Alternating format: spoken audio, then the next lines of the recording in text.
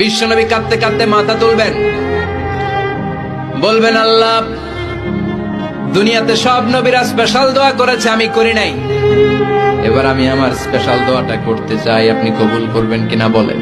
আল্লাহ বলবেন, নবী কি আপনার দোয়া বলে? বিশ্বনবী বলবেন, আমার একটা উম্মত যার অন্তরের মধ্যে যাররা পরিমাণ ঈমান আছে, একবার আপনারে আল্লাহ বলে ডেকেছে, একবার আমি বিশ্বনবীর উপর দুরূদ পড়েছে, একবার শাহাদাতের বাণী আমার যে গুনাহগার উম্মত দুনিয়ার বুকে থেকে ঘোষণা দিয়েছে, ওই একটা উম্মত যদি জান্নাতে ঢুকতে না পারে, আপনি আমারে জান্নাতে ঢুকাতে পারবেন না। আল্লাহ বলবেন, সাল তুতা, সাল সাল তুতা, ওয়াশফা তুশাফা, শাফাত করেন নবী করেন, যার জন্য দোয়া করবেন আমি কবুল করে নেব। দুনিয়াতে বিশ্বনবী কম কষ্ট সহ্য করে নাই। 3 বছর শিয়াবে আবি তালেবে জেল খেটেছে। কয় বছর? দুর্ভিক্ষের বছরগুলোতে বিশ্বনবীর পেটে দানা পানি ছিল না।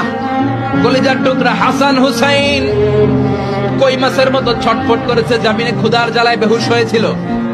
বিশ্বনবী যদি ওই স্পেশাল দোয়াটা করতেন, জান্নাত থেকে খাবারের বস্তা পাঠিয়ে দিত কে? ওই দোয়া করছিলেন? জেলখানায় আল্লাহরে বলছিলেন, আল্লাহ স্পেশাল দোয়া করলাম, জেল থেকে মুক্ত করে দেন, করছিলেন? যুদ্ধের ময়দানে নিজের দাঁত ভেঙেছে, উহুদের ময়দান সাক্ষী, বিশ্বনবীর মুবারক রক্তে উহুদের ময়দান রঞ্জিত হয়েছে।